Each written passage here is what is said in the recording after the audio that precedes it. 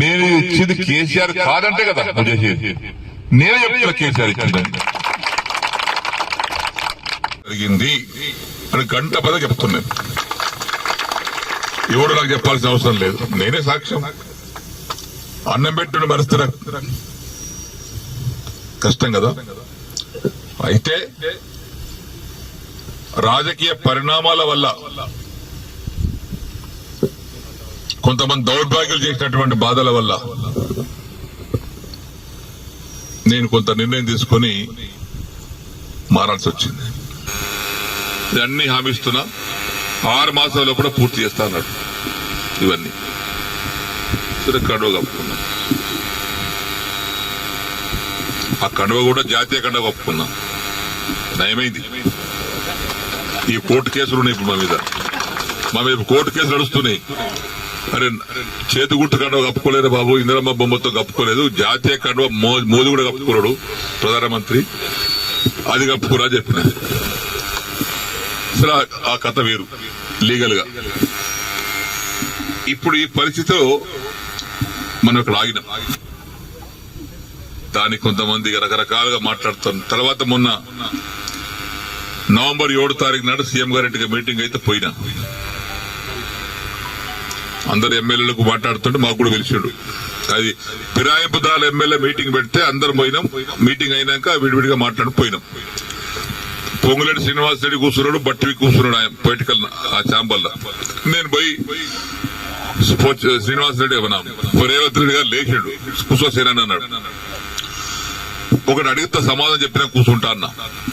ఏందన్నాడు, నేను నీకు 21 జూన్ నాడు నాకు కండువ కప్పిన రోజు నాకేమైనా పైసలు ఇచ్చినావా, నన్ను ఏమైనా కొన్నావా, కట్లట్టు వచ్చినా కొన్నావా చెప్పు, నాకేమైనా ఇద్దరు ఉన్నారు, నన్ను ఏమన్నా నా ఎమ్మెల్యేషిప్ కొన్నావా, నన్ను కొన్నావా చెప్పు, నేను అమ్ముడు పోయినా నీకే చెప్పిన. లేదు పోలేదు, ఇయ్యలేదు. దేనికోసం వచ్చినా ఈ సమస్యల కోసం వచ్చిన. ఏమైనా అయిందా, ఏం కాలేదా, ఏమైంది 100 కోట్లు ఎస్డిఎఫ్ ఉంటే 30 కోట్లు ఇచ్చారు. తర్వాత బంద్. దగ్గర 70 కోట్లు డబుల్ బెడ్రూమ్ ఉంటే 20 కోట్లు ఇచ్చి 25 కోట్లు ఇచ్చి 45 కోట్లు ఇవ్వాలి. బంద్. పనులన్నీ పేమెంట్ లేక ఆగిపోతున్నాయి. ఆ కాంట్రాక్ట్ పని చేయమంటే పేమెంట్ ఇవ్వమని అంటున్నాడు. దవాఖాన బాన్సుడు బంద్ అయింది, కోర్టు బంద్ అయింది. సిద్ధపరిచారు వారి కాంట్రాక్ట్ 40 కోట్లు ఇవ్వాలి, వాడు బంద్ చేసిండు. మరి వీటి కోసం వచ్చినాయి కదా నేను. లేదా బట్టి గారు చిన్న దగ్గరికి ఇలా లిస్ట్ మొత్తం తీసుకోండి, ఆ లిస్టు తీసుకొని 2 సార్లు ఇచ్చేయండి, ఒకసారి కాదు కానీ. ఇక పొంగులేటి గారు ఆ లిస్ట్ తీసుకోండి, 2 సార్లు మీరు ఇచ్చేయండి. ఇచ్చిన తెల్లారి ఫోన్ చేస్తే బట్టి లేవట్టాడు, పొంగులేటి లేవట్టాడు. ఏమని చెప్పుకోను నేను. ఇక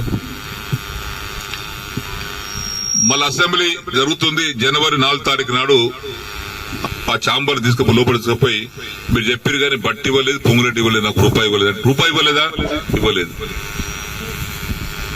వేమ నరేందర్ రెడ్డి గారు బయట పిలిచాడు.